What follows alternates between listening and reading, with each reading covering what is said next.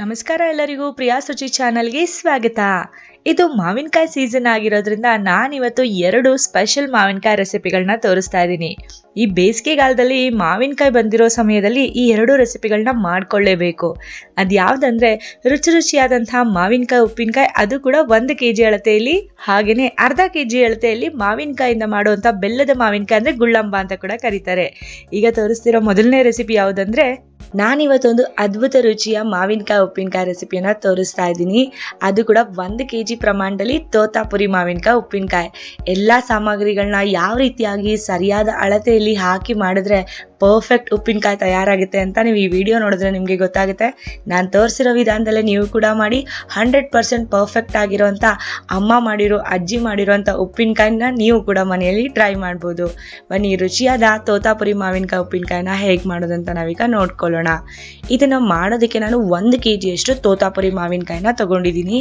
ಈ ಮಾವಿನಕಾಯಿನ ಚೆನ್ನಾಗಿ ತೊಳೆದು ಒಣ ಬಟ್ಟೆಯಲ್ಲಿ ಒರೆಸಿ ಈ ಸೈಜ್ಗೆ ನಾನು ಕಟ್ ಮಾಡಿ ಇಟ್ಕೊಂಡಿದ್ದೀನಿ. ಕಟ್ ಮಾಡಿದ್ಮೇಲೆ ಒಂದು ಚಿಕ್ಕ ಪ್ಯಾನ್ ತಗೊಳ್ಳೋಣ. ಇದರಲ್ಲಿ 3 ಚಮಚದಷ್ಟು ನಾನು ಮೆಂತೆ ಕಾಳನ್ನು ತಗೊಂಡಿದ್ದೀನಿ. ಈ ಮೆಂತೆ ಕಾಳನ್ನು ಸ್ವಲ್ಪ ಲೈಟಾಗಿ ಗೋಲ್ಡನ್ ಕಲರ್ ಬರೋ ತನಕ ಚೆನ್ನಾಗಿ ಹುರ್ಕೊಳ್ಬೇಕು. ಇದಕ್ಕೆ 1-1.5-2 ನಿಮಿಷ ಸಮಯ ಹಿಡಿಯುತ್ತೆ. ಮೆಂತೆ ಕಾಳನ್ನ ಹುರಿದು ಆದಮೇಲೆ ಇದರಲ್ಲಿ ನಾನು ಸಾಸಿವೆಯನ್ನು ತಗೊಳ್ತಿದ್ದೀನಿ. ಅಂದರೆ ಹಳದಿ ಬಣ್ಣದ ಸಾಸಿವೆ, ಅಂದರೆ ಸಾಸಿವೆದು ಸಿಪ್ಪೆ ತೆಗೆದಿರೋಂಥ ಸಾಸಿವೆ ಬೇಳೆ ಸಿಗುತ್ತಲ್ಲ, ಅದನ್ನು ನಾನು 100 ಗ್ರಾಮ್ನಷ್ಟು ತೊಗೊಂಡಿದ್ದೀನಿ.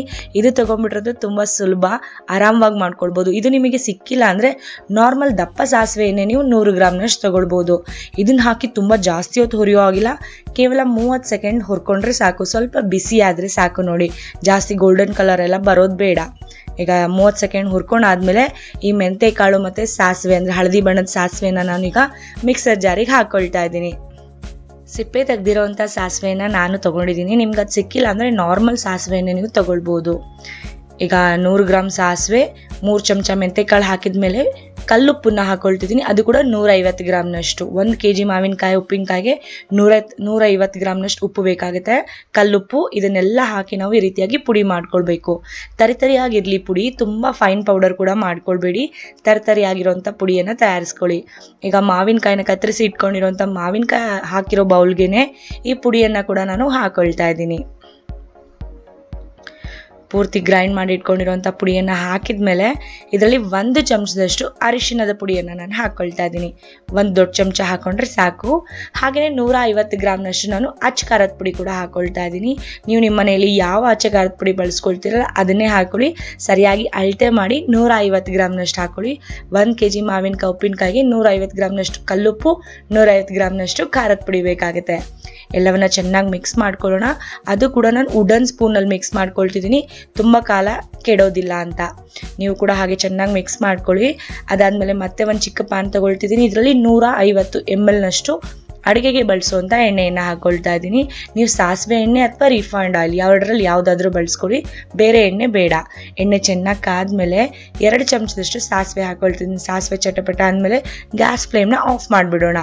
ಆಫ್ ಮಾಡಿ 1-2 ನಿಮಿಷ ತಣ್ಣಗಾದ್ಮೇಲೆ ನಾನು ಅರ್ಧ ಚಮಚದಷ್ಟು ಇಂಗನ್ನು ಹಾಕ್ಕೊಳ್ತೀನಿ. ಇಂಗನ್ನು ಹಾಕಿದ್ಮೇಲೆ ಒಂದ್ಸಲ ಚೆನ್ನಾಗಿ ಮಿಕ್ಸ್ ಮಾಡ್ಕೊಳ್ಳಿ. ಎಣ್ಣೆಯನ್ನು ಪೂರ್ತಿಯಾಗಿ ತಣ್ಣಗಾಗೋದಕ್ಕೆ ಬಿಡಬೇಕು.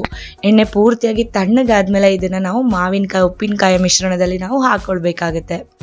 ಪೂರ್ತಿ ಎಣ್ಣೆಯನ್ನು ಹಾಕೊಂಡ್ಬಿಡೋಣ ಸಾಸಿವೆ ಸಮೇತ. ಈಗ ಮತ್ತೆ ಇದನ್ನು ನಾವು ಚೆನ್ನಾಗಿ ಮಿಕ್ಸ್ ಮಾಡ್ಕೊಳ್ಬೇಕಾಗುತ್ತೆ. ಅದೇ ವುಡನ್ ಸ್ಪೂನಿಂದ ಚೆನ್ನಾಗಿ ಮಿಕ್ಸ್ ಮಾಡ್ಕೊಳ್ಳಿ. ಆಗ ಉಪ್ಪಿನಕಾಯಿ ತುಂಬ ದಿನಗಳ ಕಾಲ ಚೆನ್ನಾಗಿ ಉಳಿಯುತ್ತೆ, ಕೆಡೋದಿಲ್ಲ. ನೀವು ಸ್ಟೀಲ್ ಚಮಚ ಮುಟ್ಟಿಸ್ಬಿಟ್ರೆ ಸ್ವಲ್ಪ ಬೇಗ ಕೆಡೋ ಚಾನ್ಸಸ್ ಜಾಸ್ತಿ ಇರುತ್ತೆ. ಮತ್ತು ನೀವು ಮಿಕ್ಸ್ ಮಾಡೋವಂಥ ಸ್ಪೂನ್, ಯಾವುದೇ ಸ್ಪೂನ್ನ ನೀವು ಬಳಸ್ಕೊಂಡ್ರು ಅದು ಪೂರ್ತಿಯಾಗಿ ಒಣದಾಗಿರಬೇಕು, ಸ್ವಲ್ಪನೂ ಹಸಿಯಾಗಿರಬಾರ್ದು. ಚೆನ್ನಾಗಿ ಎಲ್ಲ ಕಡೆ ಎಣ್ಣೆ ಮಸಾಲೆ ಎಲ್ಲ ಹೋಗೋ ಥರ ಚೆನ್ನಾಗಿ ಮಿಕ್ಸ್ ಮಾಡ್ಕೊಳ್ಳೋಣ. ಮಿಕ್ಸ್ ಮಾಡಿ ಆದಮೇಲೆ ಒಂದು ಪ್ಲೇಟ್ನ ಮುಚ್ಚಿಬಿಟ್ಟು 24 ಗಂಟೆಗಳ ಕಾಲ ಹಾಗೆ ಇಡಬೇಕು. ಆಗ ಉಪ್ಪಿನಕಾಯಿ ಚೆನ್ನಾಗಿ ಕಳಿಯುತ್ತೆ. ಎಣ್ಣೆ ಎಲ್ಲ ಮೇಲೆ ಬಂದುಬಿಟ್ಟಿರುತ್ತೆ, ತೇಲ್ತಾ ಇರುತ್ತೆ, ನೀವೇ ನೋಡಬಹುದು. ಈಗ ಪೂರ್ತಿಯಾಗಿ 24 ಗಂಟೆಗಳ ಕಾಲ ಆಗಿದೆ ನೋಡಿ. ಮೇಲೆ ಎಣ್ಣೆ ಎಲ್ಲ ಚೆನ್ನಾಗಿ ಬಿಟ್ಕೊಂಡಿದೆ, ಉಪ್ಪಿನಕಾಯಿ ಚೆನ್ನಾಗಿ ಕಳ್ತಿದೆ. ಈಗ ನೀವು ತಿನ್ಬಹುದು ಈ ಉಪ್ಪಿನಕಾಯಿನ ಅನ್ನ ಸಾಂಬಾರ್ ಜೊತೆ, ತಿಳಿ ಸಾರು ಅನ್ನ ಜೊತೆ ನೀವು ಸೈಡಿಗೆ ತಿಂತಾ ಇದ್ರೆ ಯಾವುದು ಬೇಡ ರೀ, ಬಿಸಿ ಬಿಸಿ ಅನ್ನದ ಜೊತೆಗೆ ಈ ಉಪ್ಪಿನಕಾಯಿ ಹಾಕೊಂಡು ಕಲ್ಸ್ಕೊಂಡು ತಿಂತಿದ್ರೆ ಸೂಪರ್ ಆಗಿರುತ್ತೆ. ನೀವು ಒಂದ್ಸಲ ಟ್ರೈ ಮಾಡಿ ನೋಡಿ, ತುಂಬಾ ಚೆನ್ನಾಗಿರುತ್ತೆ. ಇದು ತುಂಬ ದಿನಗಳ ಕಾಲ ಚೆನ್ನಾಗಿ ಉಳಿಬೇಕಂದ್ರೆ ಯಾವುದಾದ್ರೂ ಪಿಂಗಾಣಿ ಭರಣಿಯಲ್ಲೋ ಅಥವಾ ಗಾಜಿನ ಬಾಟ್ಲಿಯಲ್ಲೋ ಹಾಕಿಡಿ, ತುಂಬ ಚೆನ್ನಾಗಿ ಉಳಿಯುತ್ತೆ.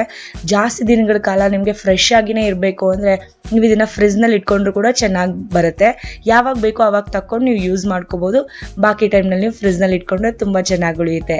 ನೀವು ಕೂಡ ಒಂದ್ಸಲ ಈ ಉಪ್ಪಿನಕಾಯಿನ ಟ್ರೈ ಮಾಡಿ ನೋಡಿ, 1 ವರ್ಷ ಆದರೂ ಕೆಡೋದೇ ಇಲ್ಲ. ಮನೆ ಮಂದಿಗೆಲ್ಲ ತುಂಬ ಇಷ್ಟ ಆಗುತ್ತೆ. ನೀವು ಒಂದ್ಸಲ ಟ್ರೈ ಮಾಡಿದಾಗಲೇ ನಿಮಗೆ ಅನುಭವ ಗೊತ್ತಾಗೋದು. ಈ ರೆಸಿಪಿ ನಿಮಗೆ ಇಷ್ಟ ಆಗಿದ್ರೆ ಫ್ಯಾಮಿಲಿ, ಫ್ರೆಂಡ್ಸ್, ರಿಲೇಟಿವ್ಸ್ಗೂ ಕೂಡ ಶೇರ್ ಮಾಡ್ಕೊಳ್ಳಿ. ಇವತ್ತಿನ 2ನೇ ಮಾವಿನಕಾಯಿ ರೆಸಿಪಿ ಯಾವುದು ಗೊತ್ತಾ? ನಾನಿವತ್ತು ಮಾವಿನಕಾಯಿಂದ ಮಾಡುವಂಥ ಒಂದು ವಿಶೇಷವಾದ ರೆಸಿಪಿ ತೋರಿಸ್ತಾ ಇದ್ದೀನಿ, ಅದೇ ಗುಳ್ಳಂಬ. ಈ ಗುಳ್ಳಂಬ ಏನಂದರೆ ಇದನ್ನು ನೀವು ಚಪಾತಿ ಜೊತೆ ಹಚ್ಕೊಂಡು ತಿನ್ಬೋದು ಅಥವಾ ಅನ್ನ ಸಾರು ಜೊತೆ ಸೈಡಿಗೆ ಹಚ್ಕೊಂಡು ತಿನ್ಬೋದು, ಹಾಗೆಯೇ ಕೂಡ ತಿನ್ಬೋದು. ಮಾವಿನಕಾಯಿ ಸೀಸನಲ್ಲಿ ಒಂದ್ಸಲನಾದರೂ ಮಾಡಲೇಬೇಕಾಗಿರೋವಂಥ ರೆಸಿಪಿ ಇದು. 1 ಮಾವಿನಕಾಯಲ್ಲೂ ಕೂಡ ನೀವು ಮಾಡ್ಕೊಳ್ಬೋದು, 2 ಮಾವಿನಕಾಯಿ ಇದ್ಬಿಟ್ರಂತೂ ಅದ್ಭುತವಾಗಿರುತ್ತೆ.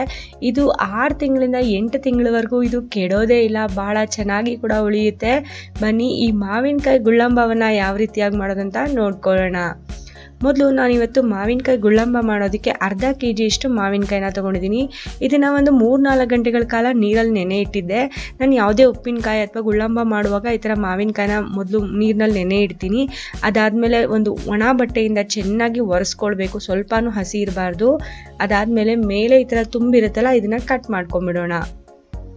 ಇದನ್ನು ಕಟ್ ಮಾಡಿ ಆದಮೇಲೆ ನಾವು ಸಿಪ್ಪೆಯನ್ನು ಕೂಡ ಪೂರ್ತಿಯಾಗಿ ಹೆರೆದುಕೊಳ್ಬಿಡ್ಬೇಕು. ಈ ಗುಳ್ಳಂಬ ಮಾಡೋದಕ್ಕೆ ನಮಗೆ ಸಿಪ್ಪೆ ಅವಶ್ಯಕತೆ ಇಲ್ಲ. ನೀವು ಉಪ್ಪಿನಕಾಯಿಗಾದರೆ ಸಿಪ್ಪೆ ಸಮೇತ ಹಾಕ್ಕೊಳ್ಬೋದು, ಆದರೆ ಗುಳ್ಳಂಬಾಗೆ ಪೂರ್ತಿ ಸಿಪ್ಪೆ ತೆಗೆದುಬಿಡಬೇಕು. ಸಿಪ್ಪೆ ತೆಗೆದ್ಮೇಲೆ ನಾವು ಇದನ್ನು ತುರಿಬೇಕಾಗುತ್ತೆ, ಅಂದರೆ ಚೆನ್ನಾಗಿ ಗ್ರೇಟ್ ಮಾಡ್ಕೊಳ್ಬೇಕು. ಸಣ್ಣ ತೂತಿರುತ್ತಲ್ಲ ಅಲ್ಲಿಂದನೇ ಗ್ರೇಟ್ ಮಾಡ್ಕೊಳ್ಳಿ. ಟೋಟಲ್ 2 ಮಾವಿನಕಾಯಿ ತೊಗೊಂಡಿದ್ದೀನಲ್ಲ, ಇದು ಅರ್ಧ kg ಅಷ್ಟಿದೆ. ಈಗ ನೋಡಿ ತುರಿದಿಟ್ಕೊಂಡು ರೆಡಿ ಮಾಡ್ಕೊಂಡಿದ್ದೀನಿ. ಈಗ ನಾವು ಗುಳ್ಳಂಬ ಮಾಡ್ಕೊಳ್ಳೋಣ. ಗುಳ್ಳಂಬ ಮಾಡ್ಕೊಳ್ಳೋದಕ್ಕೆ ಎಲ್ಲದಕ್ಕಿಂತ ಮುಖ್ಯವಾದ ಪದಾರ್ಥ ಅಂದರೆ ಬೆಲ್ಲ. ನಾನು 300 ಗ್ರಾಮ್ನಷ್ಟು ಬೆಲ್ಲವನ್ನು ಕುಟ್ಟಿ ಪುಡಿ ಮಾಡಿ ತೊಗೊಂಡಿದ್ದೀನಿ. ಅರ್ಧ kg ಮಾವಿನಕಾಯಿಗೆ 300 ಗ್ರಾಮ್ನಷ್ಟು ಬೆಲ್ಲ ಬೇಕಾಗುತ್ತೆ. ಈಗ ಮೊದಲು ಒಂದು ಪ್ಯಾನ್ ತಗೊಳ್ಳೋಣ. ಈ ಪ್ಯಾನ್ಗೆ ಒಂದು 2 ಚಮಚದಷ್ಟು ಗಸಗಸೆಯನ್ನು ಹಾಕಿ ಸ್ವಲ್ಪ ಗೋಲ್ಡನ್ ಕಲರ್ ಬರೋ ತನಕ ಹುರ್ಕೊಳ್ಬೇಕು. ಇದರ ಗಸಗಸೆಯನ್ನು ಹುರಿದ್ಬಿಟ್ಟು ಅದಾದಮೇಲೆ ಇದನ್ನು ಮಿಕ್ಸರಲ್ಲಿ ಆಫ್ ಆನ್ ಮಾಡ್ಕೊಳ್ತಾ ಪುಡಿ ಮಾಡ್ಕೊಳ್ಬೋದು, ಅಥವಾ ನೀವು ಜಜ್ಜಿ ಇಟ್ಕೊಂಡ್ರೆ ಇದನ್ನು ಆಮೇಲೆ ಗುಳ್ಳಂಬಾಗ ಹಾಕೊಂಡ್ರೆ ಒಳ್ಳೆ ಫ್ಲೇವರ್ ಬರುತ್ತೆ. ಈಗ ಅದೇ ಪ್ಯಾನ್ಗೆ 1 ಚಮಚದಷ್ಟು ತುಪ್ಪ ಹಾಕ್ಕೊಳ್ತಿದ್ದೀನಿ. ಜಾಸ್ತಿ ಹಾಕೋಬೇಡಿ, 1 ಚಮಚ ಸಾಕು. ತುಪ್ಪ ಕರಗಿದ್ಮೇಲೆ ನಾವು ಇದಕ್ಕೆ 4 ಲವಂಗ ಹಾಕ್ಕೊಳ್ಳೋಣ. ಲವಂಗ ಹಾಕೋದ್ರಿಂದ ಒಳ್ಳೆ ಫ್ಲೇವರ್ ಬರುತ್ತೆ. ಅದನ್ನು ಕೂಡ ಒಂದು 10 ಸೆಕೆಂಡ್ ಹುರ್ಕೊಳ್ಬೇಕಾಗುತ್ತೆ. ಅದನ್ನು ಹುರ್ಕೊಂಡು ಆದಮೇಲೆ ಇದಕ್ಕೆ ನಾವು ಮಾವಿನಕಾಯಿ ತುರಿದಿಟ್ಕೊಂಡಿದ್ವಲ್ಲ ಅದನ್ನು ಹಾಕೊಂಡ್ಬಿಡೋಣ. ಮಾವಿನಕಾಯಿನೂ ಕೂಡ ನಾವು ಹೆಚ್ಚು ಹೊತ್ತು ಹುರ್ಕೊಳ್ಳೋ ಅವಶ್ಯಕತೆ ಇಲ್ಲ, ಒಂದು 30 ಸೆಕೆಂಡ್ಗಳ ಕಾಲ ನಾವು ಹುರ್ಕೊಂಡ್ರೆ ಸಾಕಾಗುತ್ತೆ. ಅಷ್ಟು ಮಾವಿನಕಾಯಿ ತುರಿಯನ್ನು ನಾನು ಹಾಕ್ಕೊಂಡಿದ್ದೀನಿ. ಈಗ ಈ ತುಪ್ಪದಲ್ಲಿ ನಾವು ಒಂದು 30 ಸೆಕೆಂಡ್ಗಳ ಕಾಲ ಹುರ್ಕೊಂಡ್ರೆ ಸಾಕು.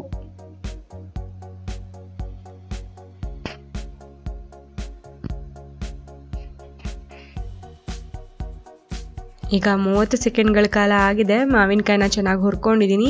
ಈಗ ನಾನು ಆಗಲೇ ತೆಗೆದಿಟ್ಕೊಂಡಿದ್ದೆಲ್ಲ 300 ಗ್ರಾಮ್ನಷ್ಟು ಬೆಲ್ಲ, ಅಂದರೆ 1 ಉಂಡೆ ಬೆಲ್ಲ ನಾನು ತೊಗೊಂಡಿದ್ದೀನಿ. ಅರ್ಧ kgಗೆ 300 ಗ್ರಾಮ್ನಷ್ಟು ಬೆಲ್ಲ ಸರಿಯಾದ ಅಳತೆ. ನಿಮಗೆ ಸಿಹಿ ಜಾಸ್ತಿ ಬೇಕಂದರೆ ಒಂದು 50 ಗ್ರಾಮ್ ಎಕ್ಸ್ಟ್ರಾ ಬೆಲ್ಲನ ನೀವು ಹಾಕ್ಕೊಳ್ಬೋದು. ಪೂರ್ತಿಯಾಗಿ ಜಜ್ಜಿ ಹಾಕೊಳ್ಳಿ, ಮಾಡ್ಕೊಳ್ಳೋದು ಸುಲಭ ಆಗುತ್ತೆ. ಈಗ ಬೆಲ್ಲ ಪೂರ್ತಿಯಾಗಿ ಕರಗೋವರೆಗೂ ನಾವು ಇದನ್ನು ಚೆನ್ನಾಗಿ ಮಿಕ್ಸ್ ಮಾಡ್ಕೊಳ್ತಾ ಬೇಯಿಸ್ಕೊಳ್ತಾ ಇರಬೇಕು. ಬೆಲ್ಲ ಪೂರ್ತಿಯಾಗಿ ಕರಗೋವರೆಗೂ ನಾವು ಗಸಗಸೆಯನ್ನು ಹುರಿದಿಟ್ಕೊಂಡಿದ್ವಲ್ಲ ಇದನ್ನು ಜಜ್ಜಿ ಆದರೂ ಪುಡಿ ಮಾಡ್ಕೊಳ್ಬೋದು, ಅಥವಾ ಮಿಕ್ಸರ್ ಜಾರ್ಗೆ ಹಾಕಿ ಆಫ್ ಆನ್ ಮಾಡ್ಕೊಳ್ತಾ ಬೇಕಾದರೂ ಪುಡಿ ಮಾಡ್ಕೊಳ್ಬೋದು. ಅಷ್ಟೊತ್ತಿಗೆ ಬೆಲ್ಲ ಪೂರ್ತಿಯಾಗಿ ಕರಗಿಬಿಟ್ಟಿರುತ್ತೆ ನೋಡಿ. ಬೆಲ್ಲ ಚೆನ್ನಾಗಿ ಕರಗಿಬಿಡುತ್ತೆ. ಒಂದ್ಸಲ ಪೂರ್ತಿಯಾಗಿ ಬೆಲ್ಲ ಕರಗಿದ್ಮೇಲೆ ನಾವು ಎಲ್ಲ ಪದಾರ್ಥಗಳನ್ನ ಈಗ ಹಾಕ್ಕೊಳ್ಬೋದು. ನಾನು ಮೊದಲಿಗೆ ಒಂದು ಚಿಟಿಕೆಯಷ್ಟು ನಾನು ಉಪ್ಪನ್ನು ಹಾಕ್ಕೊಳ್ತಾ ಇದ್ದೀನಿ. ಉಪ್ಪು ಹಾಕೊಳ್ಳೋದ್ರಿಂದ ಬಹಳ ರುಚಿಯಾಗುತ್ತೆ. ಒಂದು ಚಿಟಿಕೆಯಷ್ಟು ಹಾಕ್ಕೊಳ್ಳಿ ಸಾಕು.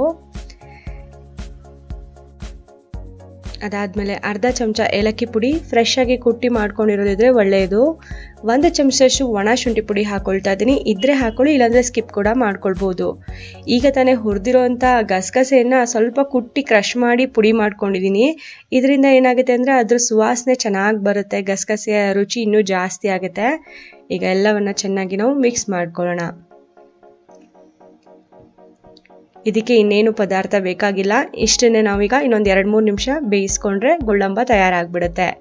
ಈಗ 1 ನಿಮಿಷಗಳ ಕಾಲ ಆದಮೇಲೆ ನಾವು ಒಂದ್ಸಲ ಅಂಟನ್ನು ಚೆಕ್ ಮಾಡ್ಕೊಳ್ಳೋಣ.